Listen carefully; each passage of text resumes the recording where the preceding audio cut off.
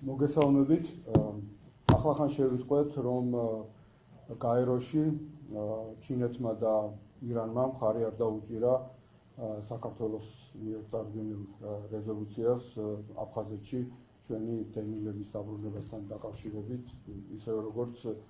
არაბთა გაერთიანებულმა სამეფომ, რაც ძალიან სამწუხარო და სავალალო ფაქტია. ესენი არიან სწორედ ამ რეჟიმის მოღალდეთა კრიმინალთა რუსული ბანდის რეჟიმის მეგობრები და ამის საპირისპიროდ ვისთანაც ისინი კონფლიქტობენ და ვისთანაც ცდილობენ რომ კედელი აღმართონ საქართველოსა და დანარჩენ ცივილიზებულ სამყაროს შორის. ეს არის ამერიკის შეერთებული შტატები, ევროკავშირი და სხვა ცივილიზებული სახელმწიფოები. ბუნებრივია, როგორც ადრე იდგნენ საქართველოს გვერდით და მხარს უჭერდნენ საქართველოს ტერიტორიულ მთლიანობას და სუვერენიტეტს და იმ ჰუმანიტარულ რეზოლუციებს, რომელიც ეხებოდა ჩვენი დევნილების თავიანთ სახკარში დაბრუნებას, დღესაც უჭერენ მხარს და ეს არის სწორედ ნამდვილი მეგობრობა. ამისთვის ჩვენ გვინდა მათ მადლობა გადაუხადოთ. ასევე მინდა გუშინკი გამოეხმაურეთ, მაგრამ კიდევ ერთხელ მიულოცო დუშენის სინდრომით დაავადებულ ბავშვებს, მათ მშობლებს და ჩვენ საზოგადოებას, განსაკუთრებით ილია-უნის სტუდენტებს ის გამარჯვება, რომელიც ყველამ ერთად მოვიპოვეთ, რომ ბავშვებს გაუხალისდებდეთ სიცოცხლე და ეს კიდევ ერთხელ მოწმობს, რომ რაც არ უნდა უგულო, უპასუხისმგებლო და უსინდისო რეჟიმთან ჰქონდეს საქმე, საზოგადოების ერთიანობას და ერთიან ბრძოლას აქვს ყოველთვის აზრი, საზოგადოების ერთიანობას, პრინციპულ ბრძოლას ყოველთვის მოაქვს შესაბამისი შედეგი. ახლა რაც შეეხება ამ მოღალატური რეჟიმის მიერ ამერიკის შეერთებულ შტატებთან ეგრეთ წოდებული გადატვირთვის პროცესის მცდელობას და მცდელობას, რომ ამასთან დაკავშირებით კვლავ გაავრცელოს დეзинფორმაცია. ჩვენმა საზოგადოებამ ნახა ამერიკის შეერთებული შტატების საელჩოს განცხადება და მეორე დღეს სახელმწიფო მდივნის მარკო რუბიოს პასუხი კონგრესმენის ვილსონის შეკითხვაზე. პირველი ნაწილი იყო დათანხმება მის შეფასებებზე, რომ საქართველოში არის არალეგიტიმური, კორუმპირებული, პრორუსული და პროჩინური რეჟიმი, რომელიც ანგრევს საქართველოს დემოკრატიას და ხელს უშლის ჩვენი ქვეყნის ნორმალურ ცივილიზებულ დემოკრატიულ განვითარებას და იგი ამას დაეთანხმა. ეს ყველამ კარგად გავიგონეთ, რა თქმა უნდა, კრემლის პროპაგანდისტული მედიები ამას არ გააშუქებენ და ამავდროულად მან კიდევ ერთხელ თქვა ძალიან მკაფიოდ ის, რაც საელჩოს განცხადებაშიც იყო, რომ ბუნებრივი ამერიკის შეერთებულ შტატებს უნდა რომ საქართველოში მოქმედ, თუნდაც ეს იყოს არალეგიტიმური თუ დე-ფაქტო რეჟიმი ჰქონდეს ურთიერთობა, მაგრამ ეს უნდა პირველ ყოვლისა ქართველი ხალხის გამო, საქართველოს გამო და იმის გამო, რომ ამერიკის შეერთებული შტატებისთვის სულ ერთი არ არის საქართველოს ბედი და რომ ამერიკის შეერთებულ შტატებს, ისე როგორც ევროკავშირს უნდა რომ საქართველოში იყოს სტაბილურობა და რა თქმა უნდა ოპოზიცია იყოს ჩართული იმ პროცესებში, სადაც უნდა იყოს ჩართული დემოკრატიულ ქვეყანაში. ეს ბუნებრივია ვერ იქნება ისეთ პირობებში, როდესაც საქართველოში კვლავ ყავს პოლიტიკური პატიმრები, კვლავ ყავს ისეთი რეჟიმი, რომელიც ადამიანებს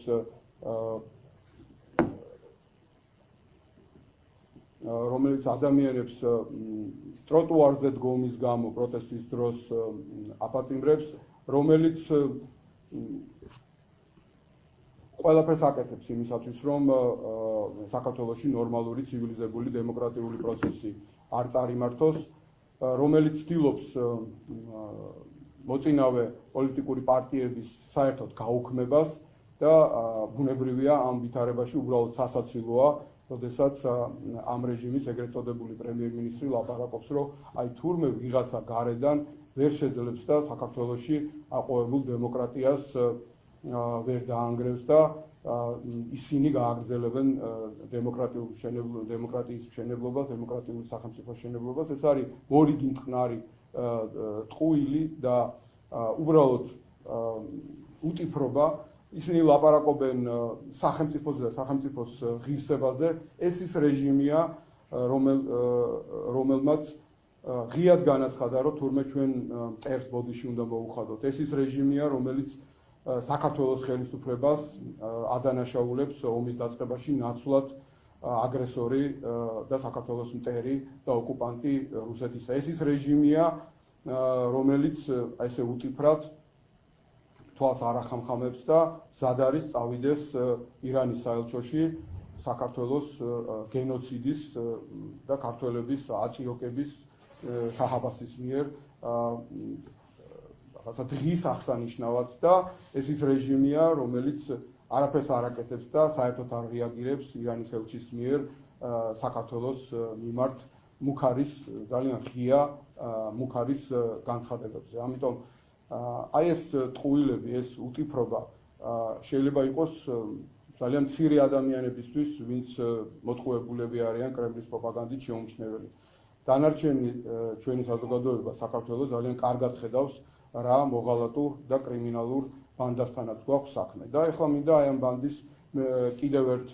საქმეებზე მოგახსენოთ, რაც შეეხება დენის ფასს საქართველოში. ჩვენმა მოქალაქეებმა ყველამ უნდა იცოდეს, როდესაც მათ მიუვათ დენის გადასახადი, რომ 33%-ით გაზრდილი დენის გადასახადი არის სწორედ იმის გამო, რომ ამ მოღალატურმა რეჟიმმა საქართველოს არ განავითარა საქართველოს ენერგეტიკა, საქართველო გახადა ბევრად უფრო მეტად დამოკიდებული კვლავ რუსეთზე და იმიტომ რომ ბიძინა ივანიშვილი და მისი კრიმინალური ბანდა ისქელებს ჯიბეებს ბიტკოინების გამომუშავებით, როდესაც მილიონობით კილოვატი ელექტროენერგია ზედმეტად უნდა დაიხარჯოს მათი გამდიდრებისთვის, როდესაც ისინი გაცილებით ნაკლებს, სამჯერ ნაკლებს იხდიან ამ ბიტკოინების გამომუშავებაში, ხოლო ქართველი ხალხი კი იხდის გაზრდილ გადასახადს. აი ეს არის ამ რეჟიმის კიდევ ერთი უამრავ სხვა დანაშაულებრივ ქმედებასთან ერთად თემა, რომელიც ქართულმა საზოგადოებამ უნდა იცოდეს და კარგად უნდა გვახსოვდეს ყველას, როდესაც ჩვენ შევალთ მაღაზიაში და ვიყიდით გაძვირებულ პურს ან დაპატარავებულ პურს იგივე ფასში, ეს არის სწორედ ივანიშვილისა და მისი მოღალატური კრიმინალური ბანდის დამსახურება. როდესაც ჩვენ რაღაც პროდუქციას ვიყიდით, სადაც ელექტროენერგია რის წარმოებასაც ელექტროენერგია ჭირდება და ის არის გაზრდილი ფასის, უნდა გვესმოდეს, რომ ეს არის სწორედ იმის გამო, რომ ივანიშვილმა თვითონ გაისქელა ჯიბეები, გააკეთა მილიარდები საქართველოში წარმოებული ელექტროენერგიის ხარჯზე, საქართველოში მოხმარებული ელექტროენერგიის ხარჯზე და მისი მარიონეტი შესაბამისი სტრუქტურის წარმომადგენლები გამოვლენ და იტყვიან, რომ აი ხარჯი არის ბევრი, იმპორტი არის ბევრი და ეს იმპორტი ძალიან ძვირია და აბა რა ვქნათ, ხალხს უნდა გაუგზავნოთ გადასახადი. აი ეს არის სწორედ ის მოღალატეობა, ის კრიმინალური და კორუფციული მმართველობა, რაც დაამყარა აი ამ 14 წლის განმავლობაში ბიძინა ივანიშვილმა და მისმა მოღალატურმა ბანდამ, ამიტომ ჩვენი მოვალეობაა, რომ ყველაფერი გავაკეთოთ, ყველა საკითხი გადავდოთ უკანა პლანზე, საზოგადოება გავამთლიანოთ და შვიდობიანად, მაგრამ პრინციპული და დაუღალავი ბრძოლით ეს მოღალატური რეჟიმი რაც შეიძლება სწრაფად გავისტუმროთ ხელისუფლებით. კი ბატონო. ამერიკის შეერთებულ შტატებში ავტორიტეტის აქტთან დაკავშირებით, რომელიც წარმომადგენლობითი პალატის კომიტეტში, თავდაცვის კომიტეტში ორი შესწორება შეიტანეს, ერთი უკავშირდება პოლიტპატიმრებს და ორი უკავშირდება რუსულ ჩინურ გავლენებს. ამაზე მინდა მეკითხა, რას ნიშნავს ამერიკული მხარის მხრიდან ეს შევა ეს შესწორებები, თუმცა ჯერჯერობით თავდაცვის კომიტეტის დონეზე არის წარმომადგენლობის პალატაში პოლიტიკური პატიმრების ნაწილზე გამოთქმულია შეშფოთება პოლიტიკური პატიმრების არსებობის გამო და რაც შეეხება რუსულ და ჩინურ გავლენებს, თავდაცვის სამინისტროს დაევალება, რომ 15 წლის განმავლობაში მოამზადოს საიდუმლო ანგარიში საქართველოში რუსული და ჩინური გავლენების შესახებ. აი ამ შესწორებაზე არის საუბარი. ახლა ეს ახალი თემა არ არის, თქვენ იცით, რომ წარმომადგენელთა პალატაში მეგობარი აქტი უკვე დამტკიცებულია, სადაც ეს საკითხები ძალიან ფართედ არის მიმოხილული, რა ხდება საქართველოში და რომ რეჟიმი, რომელიც არის არალეგიტიმური და პრორუსული, პრო-ჩინეთის კომუნისტური პარტიის, ასე ვთქვათ, მხარდამჭერი და პარტნიორი არ იმსახურებს შესაბამის ნდობას და ყველაფერს აკეთებს იმისათვის, რომ საქართველოს დააბრუნოს რუსეთის ექსკლუზიური გავლენის ორბიტაზე და შესაბამისად იქვე არის დაფიქსირებული ქართველი ხალხისადმი მხარდაჭერა და ბუნებრივია იმ პოლიტიკური პარტიებისადმი, რომელიც გამოხატავს ქართველი ხალხის აბსოლუტური უმრავლესობის ნებას საქართველოს იყოს განვითარებული, მშვიდობიანი, დემოკრატიული ქვეყანა, რომელსაც შეიძლება გახდეს იმ ორგანიზაციების წევრი, კერძოდ ნატოსა და ევროკავშირის, რომელიც უზრუნველყოფს მშვიდობას, კეთილდღეობას, საქართველოს გამთლიანებას და ნორმალურ განვითარებას. და ჩვენ სწორედ ამ კონტექსტში უნდა განვიხილოთ ეს საკითხიც, ისე როგორც იმ კონტექსტში, რაზეც ვისაუბრე ზემოთ, რა მოლაპარაკებებიც მიდის ამერიკის შეერთებული შტატების დღევანდელ ადმინისტრაციასა და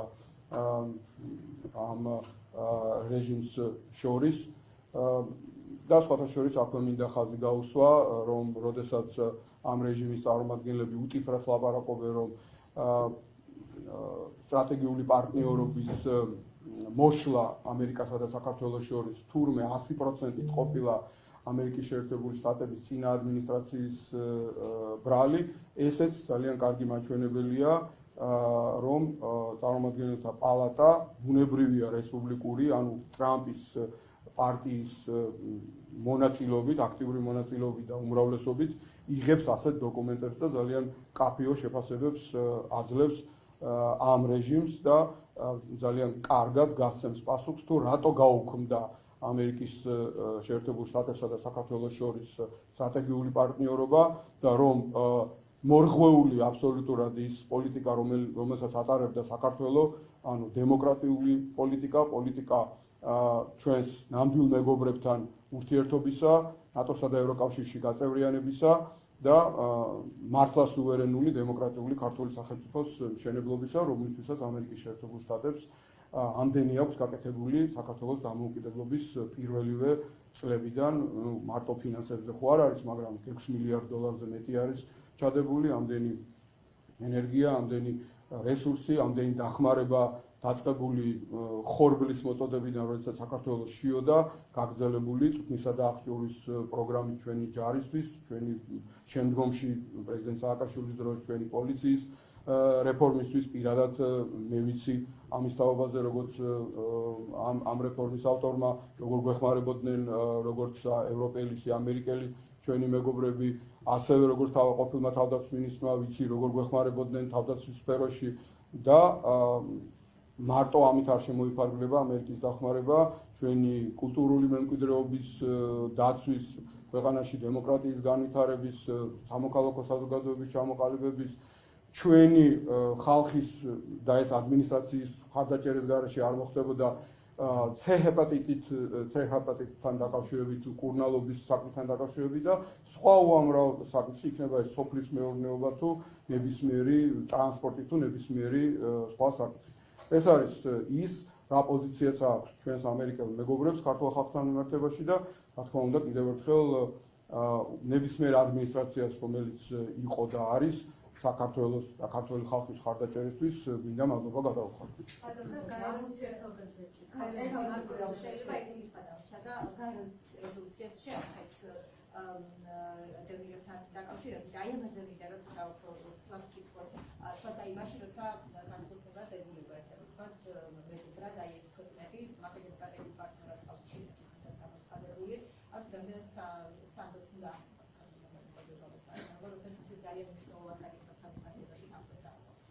აი ამაშია საქმე, ამას ამ კითხვას რამდენად სანდო არიან ასეთი პარტნიორები, პასუხი უნდა გასცეს ივანიშვილის მოღალატეთა ბანდამ, რომლის სტრატეგიული პარტნიორი არის ჩინეთის კომპარტია, რუსეთი, რომელსაც ხელშეკრულება აქვს ბელორუსიის KGB-სთან, ირანთან სამძიმარს არტოვებენ. აი ეს არის მისი პარტნიორები, მისი მეგობრები და მან უნდა გასცეს პასუხი ქართულ ხალხს, რატომ ენტერება საქართველოს ნამდვილ მეგობრებს, ამერიკის შეერთებულ შტატებს, ევროკავშირს და სხვა ცივილიზებულ ქვეყნებს, რომელთა დამსახურებითაც, რა თქმა უნდა, საქართველოს ხელისუფლების, ჩვენი ხელისუფლების პრეზიდენტ სააკაშვილის გულისხმობ მეცადინეობასთან ერთად არის დღემდე შენარჩუნებული საქართველოს რუსეთის მიერ დროებით ოკუპირებული ტერიტორიების არაღიარების პოლიტიკა და ეს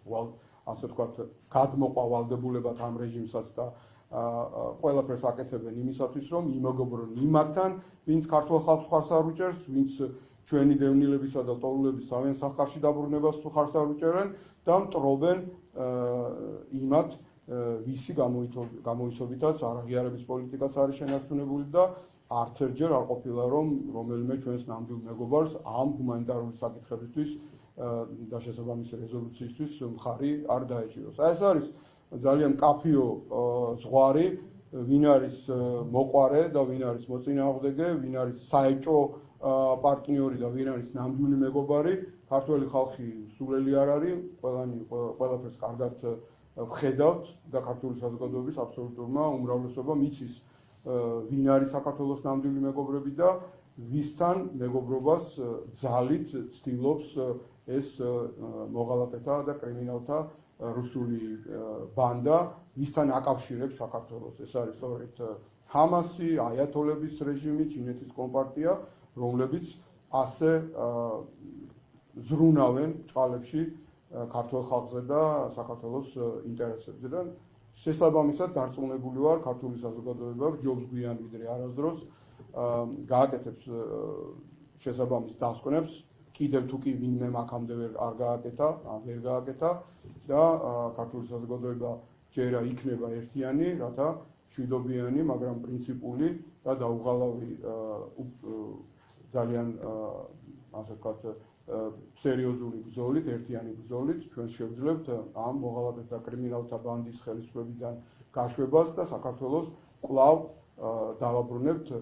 ცივილიზებული დემოკრატიული განვითარების გზაზე, ნატოსა და ევროკავშირში გაწევრიანების გზაზე, რაც იქნება სწორედაც მხარი საფუძველი საქართველოს მშვიდობიანი გამთლიანებისა, ნამდვილი მშვიდობისა და იმგვარი ქვეყნის მშენებლობისა, რომელსაც იმსახურებს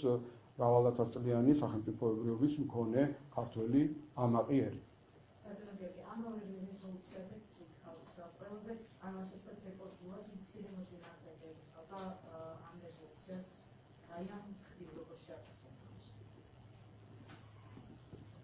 ამ ხნის განმავლობაში თუ ვინმემ რამე ვერ გაიგო, უცნაურია, საერთოდ რომ ყავს მოწინააღმდეგეები, ეს არის პრობლემა. და რომ ყავს მოწინააღმდეგეები სწორედ ის რეჟიმები, რომელთანაც ივანიშვილის ეს მოღალატეთა ბანდა მეგობრობს, აი ეგ არის საქართველოსთვის პრობლემა. ის კი არა, რომ მხარი ნორმალურმა ქვეყნებმა ნორმალურ რეზოლუციას დაუჭირეს. პრობლემა ეს არის, რომ სწორედ ვინც მხარს არ უჭერენ ამ რეზოლუციას, ივანიშვილის ბანდა ცდილობს, რომ სწორედ მათთან იმეგობრობს. იქნება ეს აიათოლების რეჟიმი თუ ჩინეთის კომპარტია და კიდევ ერთხელ დაინახა ქართულმა საზოგადოებამ ივანიშვილის ბანდის ნამდვილი სახე. მათი მეგობრების სახე. ოპოზიციაზე მინდა გითხრათ, რატომ რჩება ნაციონალური მოძრაობა იმ ერთობაში, რომელსაც რამდენიმე საათის წინ თამაშებგოლაში მოთქვა, რომლის ლიდერზეც უბრალოდ რომ ერთი გარეცხვა დარჩენილი და ხალხი გააქროსა. რა ფასი აქვს ნაციონალურ მოძრაობაში ამ მოძრაობისთვის ამ ერთობაში ყოფნას და რა შეჭირდება ამ ერთობას ნაციონალური მოძრაობა, რომელზეც იმას ამბობს, რასაც ამბობს და გითხარით ამბობს. ხო, ერთგვარად კარგი კითხვა არის, ეს ბოლო ნაწილი მათ უნდა გითხოთ, თუმცა სულელი არავინ არ არის, ყველამ ძალიან კარგად იცის ნაციონალური მოძრაობის და ჩვენი გუნდის, პრეზიდენტ სააკაშვილის გუნდის ძალა, სწორედ ნაციონალური მოძრაობა პრეზიდენტ სააკაშვილის ხელმძღვანელობით არის მთელი ამ წლების განმავლობაში ამოღებული მიზანში პუტინის მიერ და ბუნებრივია პუტინის მარიონეტული რეჟიმის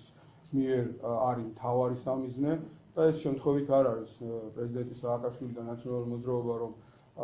არ წარმოადგენდეს ქართულ საზოგადოებას და არ წარმოადგენდეს იმ ძალას, რასაც წარმოადგენს, მაშინ ეს რეჟიმი ამდენ რესურსს და არც კრემლი არც მისი მარიონეტები ამდენ რესურსს ბუნებრივია არ დახარჯავდნენ. დანარჩენი ვინ რას რატო ლაპარაკობს, ჩვენ ვცდილობთ რომ ნაკლები ყურადღება მივაქციოთ, ჩვენთვის თავარი არის საქართველოს გადარჩენა, ჩვენ ვართ ამ ალიანსში, იმიტომ რომ ავია თუ კარგია, სუსტია თუ ხანდახან აბსოლუტურად არაობიექტურია, ჩვენ უყვარვართ თუ არ უყვარვართ, ძულ ვართ თუ არ ძულ ვართ, ამას მიასახარისხოვან ყურადღებას ვაქცევთ, სამაგიეროდ ჩვენ გვიყვარს საქართველო და მთელი ამ წლების განმავლობაში ვამბობთ, რომ ჩვენ უნდა მივცეთ მაგალითი ერთიანობისთვის აი ამ საკითხების უკანა პლანზე გადაწევისა, ერთიანობისთვის წყენების დავიწყებისა, ერთიანობისთვის საქართველოს წინა პლანზე დაყენებისა და არა ამ კინკლაობის თემების და სწორედ ეს არის ჩვენი мотиваცია, რატომაც ვართ ამ ალიანსში, სწორედ ეს არის ჩვენი мотиваცია, რატომაც ზადავართ ითანამშრომლოთ ყველა სხვა დემოკრატიულ, პატრიოტულ და პროდასავლურ პარტიასთან, მიუხედავად იმისა, რამდენ ბინძურ სიტყვას იტყვიან ჩვენთან დაკავშირებით, რამდენ ტალახს გვესვრიან, ჩვენ ვცდილობთ ვიმოქმედოთ პასუხისმგებლობით, ჩვენ ვცდილობთ ვიყოთ ის პარტია, რომელიც ნამდვილად იბრძვის საქართველოს გადარჩენისთვის, რომელსაც